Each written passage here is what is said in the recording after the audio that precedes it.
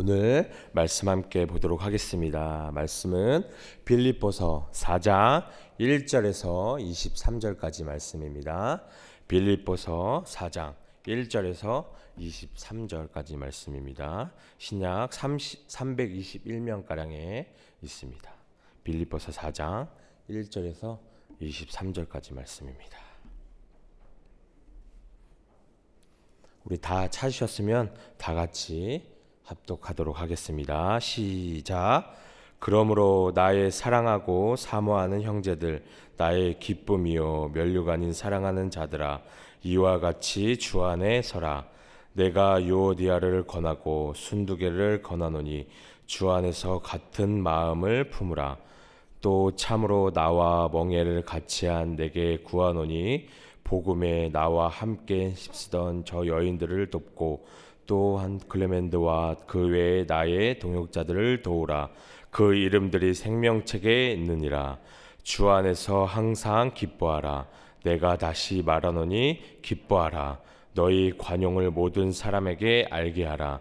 주께서 가까우시니라. 아무것도 염려하지 말고 다만 모든 일에 기도와 간구로 것을 감사함으로 하나님께 아뢰라. 그리하면 모든 지각에 뛰어난 하나님의 평강이 그리스도 예수 안에서 너희 마음과 생각을 지키시리라. 끝으로 형제들아, 무엇에든지 참되며 무엇에든지 경건하며 무엇에든지 오르며 무엇에든지 정결하며 무엇에든지 사랑받을 만하며 무엇에든지 칭찬받을 만하며 무슨 덕이 있든지 무슨 기름이 있든지 이것들을 생각하라. 너희는 내게 배우고 받고 본바를 행하라. 그리하면 평강의 하나님이 너희와 함께 계시리라.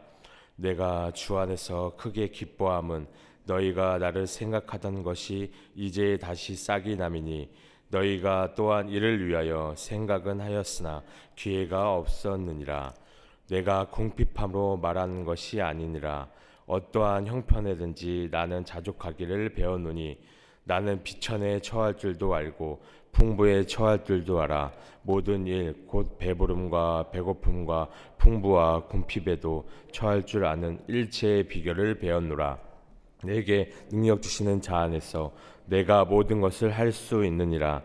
그러나 너희가 내 괴로움에 함께 참여하였으니 잘하였도다. 빌립보 사람들아, 너희도 알거니와 복음의 시초에 내가 마게도냐를 떠날 때 주고받은 내 일에 참여한 교회가 너희 외에 아무도 없었느니라. 데살로니가에 있을 때에도 너희가 한 번뿐 아니라 두 번이나 나의 쓸 것을 보내었도다. 내가 선물을 구함이 아니요 오직 너희에게 유익하도록 풍성한 열매를 구함이라. 내게 모든 것이 있고 또 풍부한지라. 에바브로디도 편에 너희가 준 것을 받았으므로 내가 풍족하니 이는 받으실 만한 향기로 제물이요 하나님을 기쁘시게 한 것이라. 나의 하나님이 그리스도 예수 안에서 영광 가운데 그 풍성한 대로 너희 모든 쓸 것을 채우시리라. 하나님 곧 우리 아버지께서 세세 무궁하도록 영광을 돌릴지어다. 아멘. 그리스도 예수 안에 있는 성도에게 각각 문안하라. 나와 함께 있는 형제들이 너에게 문안하고 모든 성도들이 너에게 문안하되 특히 가사의 집 사람들 중 몇이니라. 주 예수 그리스도의 은혜가 너의 심령에 있을지어다. 아멘. 오늘 말씀을 함께 묵상하도록 하겠습니다. 먼저 사도 바울은 오늘 빌립보 교인들을 향해서 어떻게 이야기를 하고 있을까요? 나의 사랑하는 형제들이라 1절에서 말씀하고 있습니다. 또 마지막에 보시면 사랑하는 자들아 라고 말을 하고 있습니다. 이것은 바울이 빌립보 교인들을 얼마나 사랑했는가를 우리에게 보여주고 있는 것입니다. 또 사모하는 형제들이라 라고 말씀하고 있습니다. 빌립보서 1장 8절에 보면 내가 예수 그리스도의 심장으로 너희 무리를 얼마나 사모하는지 하나님이 내 증인이시라 말씀하셨습니다. 여기서 사모한다는 말은 사랑하는 여인을 간절히 보고 싶어하는 것을 말을 하고 있죠. 그런데 이것을 절대적 인간적인 사모함이 아닙니다. 바울은 분명히 말을 하고 있습니다. 내가 예수 그리스도의 심장으로 너희의 무리를 얼마나 사모하는지 하나님이 내 증인이시라고 말을 하고 있습니다. 그리고 주 안에서 같은 마음을 품기 위해서는 어디에서 한다고 얘기했죠? 주 안에 서야 한다고 이야기하고 있습니다. 주 안에 서라는 말은 주님과 같은 사람의 말입니다. 주님과 같은 사랑의 관계성이 견고해야 한다는 것입니다. 주 안의 관계가 어떠한 상황 속에서도 흔들리지 말아야 한다고 이야기를 하고 있습니다.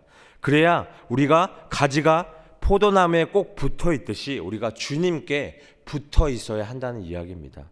그래야 형제의 관계도 견고해진다고 이야기하고 있다는 것입니다. 주님을 사랑해야 이 빌립보 성도들은 주 안에서 서로 사랑하고 사모하고 기뻐하고 자랑할 수 있다는 것입니다. 2절에 보면 내가 유오디아를 권하고 순두개를 권하느니 주 안에서 같은 마음을 품으라 이야기하고 있습니다. 주 안에서 같은 마음을 품으라. 이 겉면을 보면 그 두 사람은 어떠죠? 서로 생각과 마음이 맞지 않았던 것 같습니다. 근데 이 빌립보 교회는 좋은 교회였지만 그 교회 안에서도 서로 생각이 맞지 않는 자들이 있었던 것입니다. 빌립보서 2장 2절에서 3절에서 보시면 마음을 같이하여 같은 사랑을 가지고 뜻을 합하며 한 마음을 품어 아무 일에든지 다툼이나 허영으로 하지 말고 오직 겸손한 마음으로 각각 자기보다 남을 낮게 여기라 말씀하고 있습니다. 이 교회 안에서 우리가 다투는 성도들에게 필요한 교훈이라는 것입니다. 우리는 어디 안에서요? 주 안에서. 주 안에서 주님의 우리 진리 안에서 우리가 성경의 일치된 교훈 안에서 같은 생각과 같은 마음을 가지도록 어떻게 해요? 주님 안에서 힘써 나아가야 한다는 것입니다. 우리 3절에 함께 보시면 또 참으로 나와 멍에를 같이 한 내게 구하노니 복음에 나와 함께 힘쓰던 저 여인들을 돕고 또한 글레멘드와 그 외에 나의 동역자들을 도우라. 그 이름들이 생명책에 있느니라 말씀하셨습니다. 이 사도 바울은 어떻게 말씀하시죠? 서로 도우라는 말을 2번이나 반복하고 있습니다. 이는 적극적인 봉사의 자세를 취하라는 것이죠. 대부분 서로가 시기하는 문제가 있으면 어떻게 해요? 서로 소극적인 자세가 취합니다. 나쁜 말로 말하면 될 대로 되라는 생각을 갖기가 쉽습니다. 그리고 깨질 테면 깨지고 망할 테면 망하라고 생각을 할 때가 많이 있습니다. 우리가 하나님을 생각하고 교회 전체를 생각을 해야 한다는 것입니다. 우리는 시기심에 문제가 있을 때 한 마음을 품는 데서 더 나아가 어떻게 해요? 서로를 도와줘야 한다는 것입니다. 시기심이 나는 사람을 위해서 어떻게 해야 한다는 것이죠? 우리가 중보 기도를 해 주어야 한다는 것이에요. 그를 위해서 우리가 기도도 하고 같이 격려도 하고 선물도 주어야 한다는 것이에요. 그를 사람들이 보지 않는 데서 좋은 점을 보고 적극적으로 칭찬을 해 주어야 한다는 것입니다. 그 사람이 도움이 필요할 때 가서 도와주어야 한다는 것이에요. 도움이 필요할 때 도와준 사람은 오래 기억이 남습니다. 서로가 서로를 그렇게 위로해 줄 때 서로는 어떻게 되죠? 하나가 될 수 있다는 것입니다. 그리고 4절에 보면 주 안에서 항상 기뻐하라. 내가 다시 말하노니 어떻게 해요? 기뻐하라. 그리고 5절에 보면 너희 관용을 모든 사람에게 알게 하라. 주께서 가까우시니라. 바울은 형제들이 하나가 되기 위해서 어떻게 해요? 기뻐하고 관용하라는 것이에요. 기뻐하는 것은 나 자신과의 관계성에서 오는 것이에요. 관용하는 것은 우리 성도들과의 관계에서 오는 것입니다. 바울은 기뻐하라고 말씀하고 계세요. 2번이나 반복하여서 기뻐하라고 말합니다. 이는 절대적인 명령이라고 할 수 있습니다. 기뻐하는 것은 자연적인 감정이 아닙니다. 기뻐하는 것은 우리의 의지와 노력에 의해서 가능해지는 것입니다. 우리는 항상 주 안에서 기뻐해야 한다는 것입니다.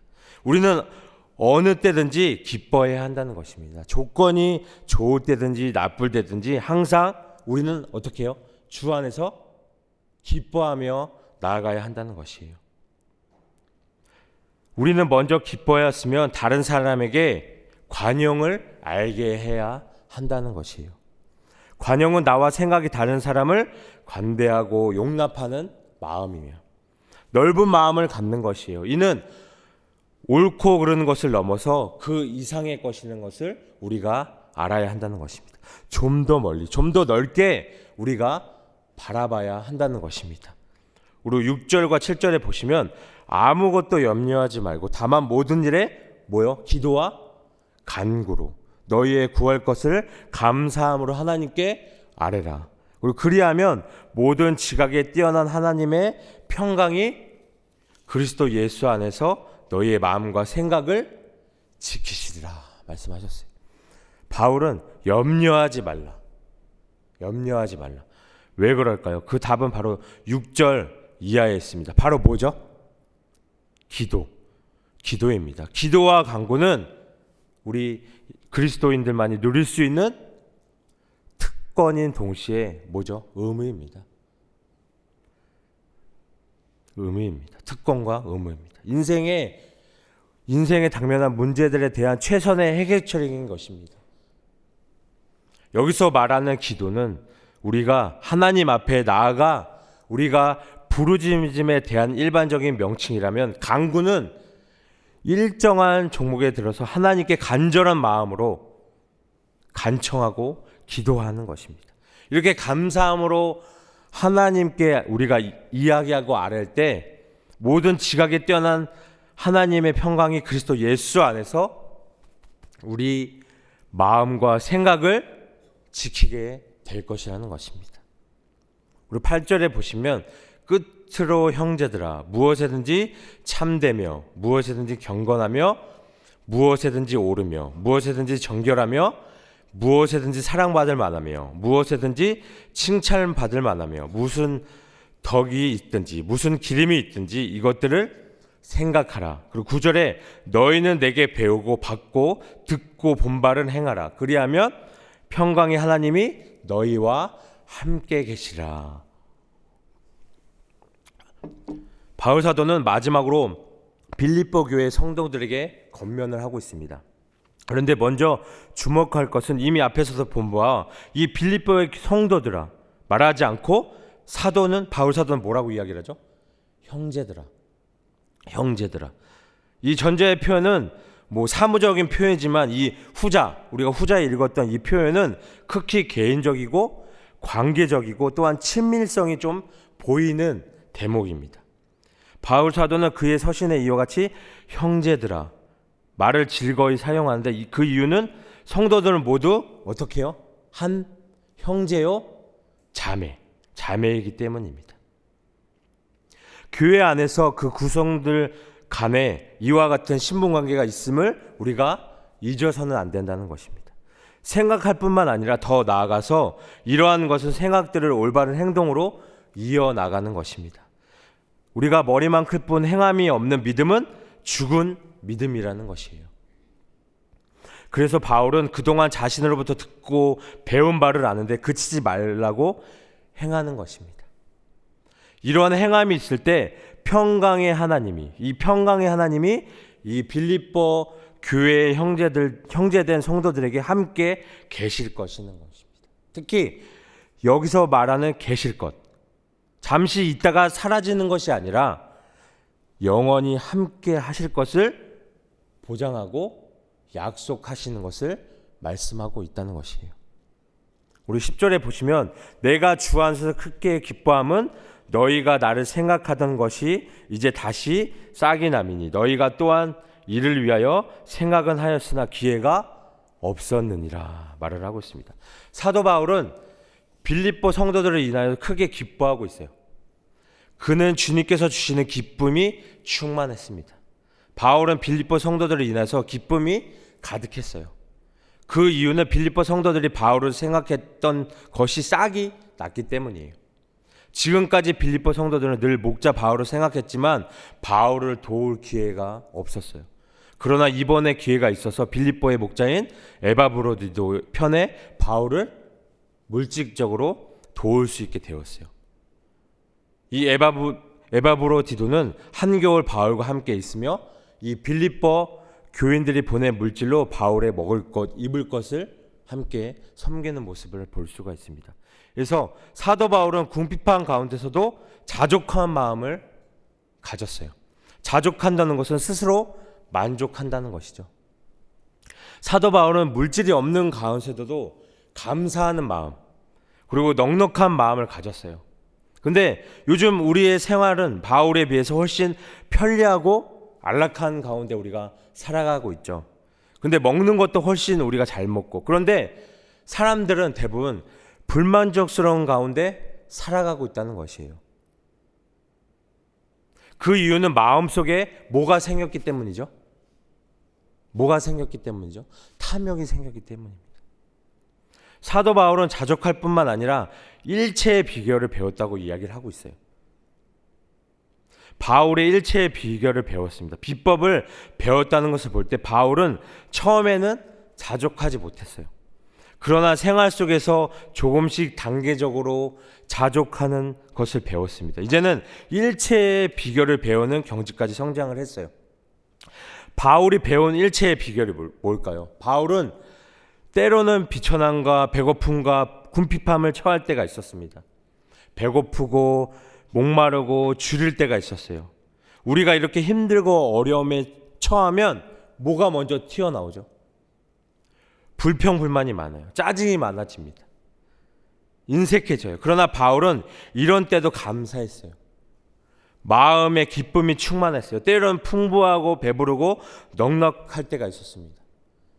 계속 사치하고 낭비하고 방탕하지 않았어요. 그때도 바울은 검소하고 자신을 잃지 않았다는 것이에요. 바울이 어떻게 일체의 비결을 배울 수 있을까요? 13절에 내게 능력 주시는 자 안에서 내가 모든 것을 할 수 있느니라. 바울은 능력 주시는 예수님을 통해서 모든 것을 할 수 있었어요. 비천에 처할 때는 고난을 통해서 예수님을 만났어요. 예수님의 십자가를 배웠습니다. 영적인 의미를 배웠어요. 그때는 그는 감사할 수 있었어요. 그는 비천에 처할 때 자신보다 더욱 비천한 사람을 생각했어요. 또 풍부에 처할 때는 풍부하게 하신 예수님을 생각했습니다. 그리고 풍부한 것이 얼마나 일시적인가를 알았어요. 풍부할 때는 그는 교만하지 않았습니다. 그는 풍부한 가운데서도 겸손한 생활을 했어요. 그는 예수님 안에서 항상 만족하고 감사하는 삶을 살았다는 것이에요.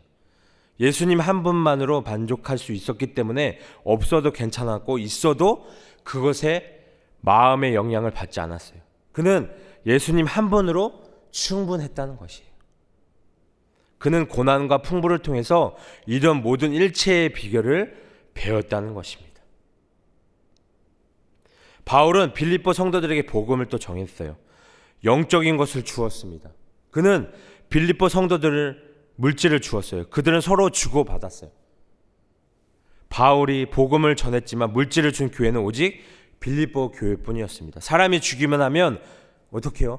교만해지기 때문입니다. 받기만 하면 다른 근성들이 막 생기죠. 사람들은 주고받는 일에 서로 참여해야 합니다. 그래야 서로 간에 바른 관계성이 맺어진다는 것이에요.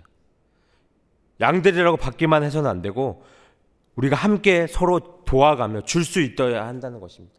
목자들도 주기만 하지 말고 말씀을 주면서 마음의 기쁨을 받아야 한다는 것입니다. 빌립보 성도들은 바울이 데살로니가에 있을 때라도 한 번, 두 번 쓸 것을 보내었어요. 바울이 이것을 말하는 것은 계속 받고 싶어서 이야기하는 것이 아니죠. 바울 사도는 빌립보 교회 헌신이 자신이 선물을 받고자 하는 욕심에서 나온 것이 아니라 이것을 통해서 어떻게 해요? 이 빌립보 교회의 유익을 위하는 것이라고 합니다. 그 이유는 무엇이었을까요? 한마디로 말하면 여기에 중요한 교훈이 있어요. 그가 원하는 것은 선물이 아니라 구제를 좋아하는 자는 풍족하여질 것이요 남을 윤택하게 하는 자는 자기도 윤택하여지는지라, 이렇게 말을 하고 있습니다. 말씀처럼 이를 통한 영적인 열매가 있다는 것이에요. 그래서 또한 이와 같은 일은 하늘의 보화를 쌓는 일이라는 것입니다. 따라서 바울을 도우고 있는 이 빌립보 교회는 결국 하늘의 상급을 받는 유익이 있을 것이라는 이야기인 것입니다. 18절에서 사도 바울은 이 빌립보 교회가 에바브로디도의 편으로 보낸 선물로 인해서 풍족함을 얻었다면서 이것은 받으실 만한 향기로운 재물, 이를 통해서 하나님을 기쁘시게 한 것이라고 이야기를 하고 있어요. 그런데 빌립보 교회가 사실 풍족한 가운데 바도 사울을 도운 것이 아니라 어려움 중에서도 기쁨으로 헌신을 했다는 것입니다. 그래서 사도는 빌립보 교회의 성도들의 삶에, 물론 교회의 나의 하나님이 그리스도 예수 안에서 영광 가운데 그 풍성한 대로 너희의 모든 쓴 것을 채우시리라. 사실 하나님께 간구하는 기도를 하고 있어요. 그리고 이들의 섬김이야말로 하나님이 기뻐하실 것이라는 것이. 그래서 이들의 삶의 모습을 보면 우리 아버지께서 세세에 무궁하도록 영광이 돌려질 것이라 찬양합니다. 그리고 바울은 이어서 그렇습니다 하고 뭐라고 이야기하죠? 아멘 이라고 붙이고 있습니다. 그래서 21절과 22절, 우리 23절에 보면 그리스도 예수 안에는 성도들에게 각각 문안하라. 나와 함께 있는 형제들이 너희에게 문안하고 모든 성도들이 너희에게 문안하되 특히 가이사의 집 사람들 중 몇이니라. 주 예수 그리스도의 은혜가 너희 심령에 있을지어다. 이 성도와 형제라는 명칭은 귀하고 아름다운 명칭입니다. 그래서 우리는 예수 그리스도의 속죄 사역으로 말미암아 단번에 우리가 어떻게 해요? 거룩함을 얻었고 예수 그리스도 안에서 하나님의 가족이 되었고 우리가 형제 자매가 되었다는 것이에요. 이것은 세상 사람들 모두가 누리는 복이 아니에요. 이것은 우리가 교회가 세상과 구별되어 하나님께 받은 우리는 은혜와 복이라는 것을 우리가 잊지 않아야 한다는 것입니다. 이 사도 바울은 빌립보의 성도들이 서로 문안하기를 원하며 또 자기와 함께 있는 성도들의 문안도 그들에게 알리고 있어요. 특히 뭐죠? 가이사의 집에 속한 자들. 비록 사도 바울이 로마 감옥에 갇혔으나 그가 전한 복음이 가이사, 즉 이 로마 황제 지방까지 들어갔음을 우리가 볼 수가 있어요. 로마 황제 가족들 중에 믿는 이가 생겼다는 것이에요. 이것은 전도의 놀라운 진전이 결실이에요. 사도 바울은 옥에 갇혔으나 복음은 갇히지 않고 확장되고 있음을 우리가 볼 수 있다는 것입니다. 바울 사도는 그의 삶의 현실이 어떠하던 예수 그리스도 안에서 우리가 자족하며 기뻐할 수 있는 일체의 비결을 배웠다고 해요. 빌립보서를 통해서 세상 사람들이 말하는 자족과 기쁨이 아니라 예수 그리스도 안에서 자족과 기쁨을 누리기를 원한다는 것입니다. 그 기쁨은 그동안 우리가 묵상을 통해 살핀 바와 같이 우리가 하늘나라의 시민이라는 것, 시민이라는 것의 정체성을 잊지 않을 가능성이 있다는 것입니다. 우리 모두 바울처럼 주 안에서 어떻게 해요? 자족하며 살아가면서 우리에게 찾아오는 것은 기쁨이고 평강일 것인 걸 우리가 잊지 않아야 한다는 것입니다.